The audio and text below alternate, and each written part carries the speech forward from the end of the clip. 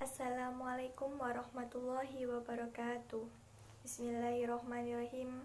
Alhamdulillahirabbil alamin. Assalatu wassalamu ala asrofil anbiya'i wal mursalin Sayyidina wa maulana Muhammadin wa ala alihi wa sahbihi ajmain, amma ba'du. Teman-teman yang saya cintai, hamba Allah yang insya Allah dimuliakan oleh Allah Subhanahu wa Ta'ala.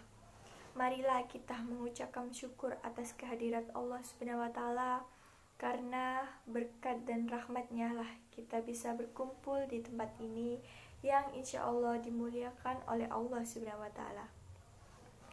Dan semoga salawat serta salam selalu mencurahkan kepada junjungan kita Nabi besar Muhammad Sallallahu Alaihi Wasallam serta para sahabat-sahabatnya. Pada kesempatan kali ini, saya membagi ilmu dan pengetahuan saya tentang macam-macam zina dan hukumnya di dalam Islam. Jadi teman-teman, zina adalah merupakan hubungan badan antara laki-laki dan perempuan tanpa adanya suatu ikatan pernikahan yang sah menurut syariah agama, tanpa adanya paksaan dan dilakukan secara sadar. Zina adalah perbuatan persetubuhan antara laki-laki dan perempuan yang tidak terkait oleh suatu hubungan pernikahan atau perkawinan. Secara umum, zina tidak hanya melakukan persetubuhan, namun juga secara aktivitas seksual yang dapat merusak kehormatan manusia. Dalam Quran surat Al-Insyirah 32, Allah Subhanahu wa Ta'ala berfirman, "Wala ta'rabu zina innahu kana fahisatan wa sa'a sabila", yang artinya, janganlah kamu mendekati zina, sesungguhnya zina adalah suatu perbuatan yang keji dan suatu jalan yang buruk.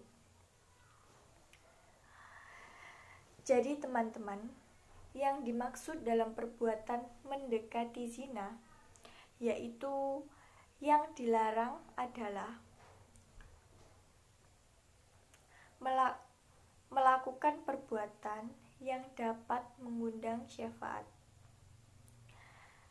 Jadi, perbuatan yang mengandung syahwat lawan jenis yang bukan muhrim seperti berpacaran, menonton video porno, melihat anggota badan lawan jenis dengan penuh nafsu, berpakaian tidak menutupi aurat, dan lain sebagainya. Menurut Imam Ghazali, zina adalah perbuatan keji atau dosa yang sangat besar yang tampak.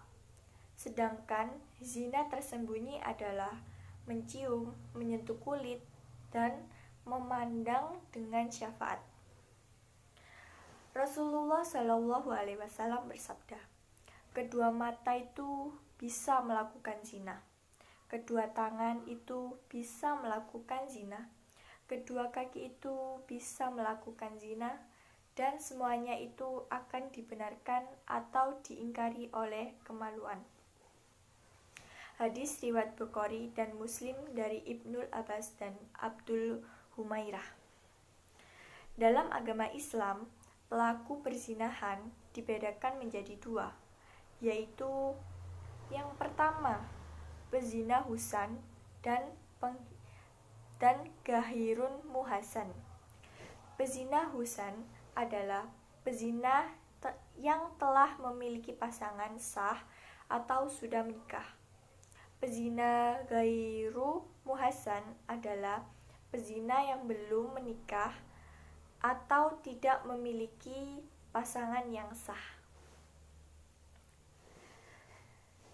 Saya di sini akan sedikit menjelaskan tentang macam-macam zina.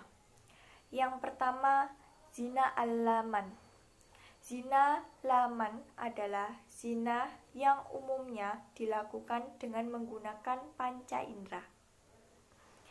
Seperti contohnya zina mata atau ain adalah zina ketika seseorang memandang lawan jenisnya dengan pasangan dengan perasaan sangat senang. Yang kedua, zina hati atau walbi, yaitu zina ketika memikirkan atau menghayalkan lawan jenis dengan perasaan yang senang dan bahagia. Yang ketiga, zina ucapan atau lisan. Zina ketika membicarakan lawan jenis yang diikuti dengan perasaan senang. Yang keempat, zina yadin atau zina tangan, yaitu zina ketika dengan sengaja memegang bagian tubuh lawan jenis diikuti dengan perasaan senang dan bahagia terhadapnya. Yang kelima, zina luar. Zina luar yang diperbuat antara lawan jenis yang bukan muhrim dengan melibatkan alat kelamin. Zina yang keenam, zina muhassan. Zina muhassan adalah zina yang dilakukan oleh orang yang telah menikah atau telah memiliki suami atau istri. Zina gairun muhassan, yaitu zina yang dilakukan oleh mereka yang belum pernah menikah. Jadi teman-teman, saya akan menambahkan sedikit lagi tentang penjelasan hukum zina. Hukum zina dalam Islam, perbuatan zina sangatlah diharamkan dan termasuk dalam dosa besar. Dalam Quran surat Al-Furqan ayat 38-39, Allah Subhanahu wa taala berfirman, yang artinya, dan orang-orang yang tidak menyembah Tuhan yang lain beserta Allah dan tidak membunuh jiwa yang diharamkan Allah atau membunuhnya kecuali dengan alasan yang benar, dan tidak berzina. Barang siapa yang melakukan dan demikian itu, niscaya dia akan mendapatkan pembalasan dosanya, yakni akan dilipat gandakan azab untuknya pada hari kiamat, dan dia akan kekal dalam azab itu dalam keadaan terhina. Hukumnya untuk pelaku zina menurut agama Islam, yaitu yang pertama, jika pelaku sudah menikah, melakukan secara seksual, tidak dipaksa atau tidak diperkosa, maka dicambuk 100 kali kemudian dijaram.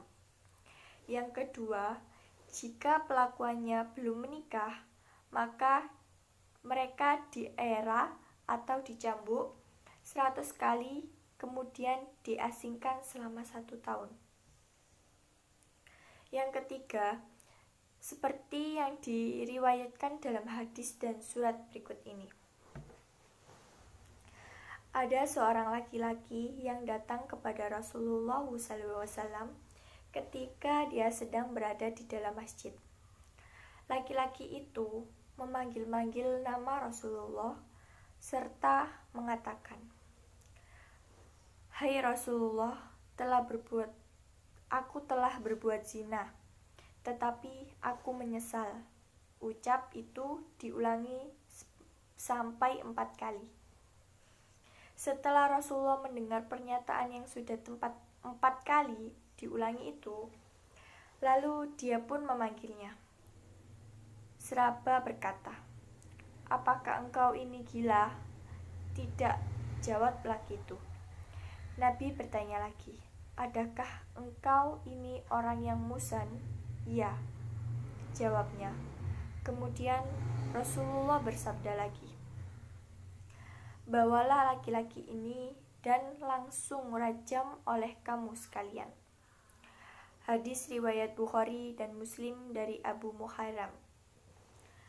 Perempuan yang berzina dan laki-laki yang berzina, maka deralah tiap-tiap seseorang dari keduanya beratus kali dera. Dan janganlah belas kasihan kepada dua, mencegah untuk menjalankan agama Allah. Jika kamu beriman kepada Allah dan hari akhir, dan hendaklah atau paksalah hukuman mereka disaksikan oleh sekumpulan orang-orang yang beriman. Quran Surat An-Nur 24 ayat 2. Apabila diriku, sesungguhnya Allah telah memberikan jalan kepada mereka. Jejaka yang berzina dengan gadis di era 100 kali dan diasingkan selama 1 tahun. Dan orang yang telah menikah melakukan zina di daerah 100 kali dan berrajam. Hadis surat Muslim dari Usan bin Salim. Di sini saya akan sedikit menjelaskan juga tentang akibat-akibat perbuatan zina. Yang pertama, akibat perbuatan zina adalah dampak akibat perbuatan zina tidak hanya terjadi pada pelaku, namun juga bagi lingkungan.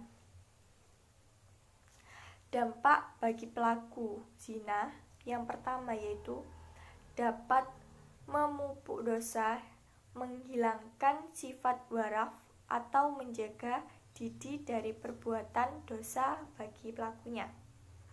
Yang kedua, dapat merusak martabat pelaku di hadapan Allah dan di hadapan masyarakat sehingga pelaku zina tidak memiliki rasa malu. Yang ketiga, pelaku zina akan kekal dalam kemiskinan dan tidak merasa cukup dengan apa yang mereka miliki. Yang keempat, pelaku zina akan dicampakkan oleh Allah Subhanahu wa Ta'ala. Yang kelima, pelaku zina terputus tali silaturahmi, menjadi sifat zalim, durhaka kepada orang tua, mendapatkan nafkah atau pekerjaan yang haram, serta tersia-siakan keluarga dan keturunannya. Yang keenam, pelaku zina akan rusak masa depannya. Yang ketujuh, pezina mendapatkan aib berkepanjangan. Yang kedelapan, pelaku zina dapat memicu pertengkaran, permusuhan sampai pada dendam. Yang kedelapan, pelaku zina dapat terjangkit penyakit berbahaya seperti AIDS dan gonorrea. Selanjutnya, dampak bagi lingkungan. Eksploitasi seksual bagi anak yang masih di bawah umur, adanya pornografi dan pornoaksi dalam masyarakat, serta banyaknya bisnis dalam bidang pornoisme. Banyak wanita yang akan kehilangan harga diri, sehingga para wanita tidak ragu lagi dalam menghambur aurat, sehingga membuat tidak nyaman dan melakukan aktivitas dalam masyarakat.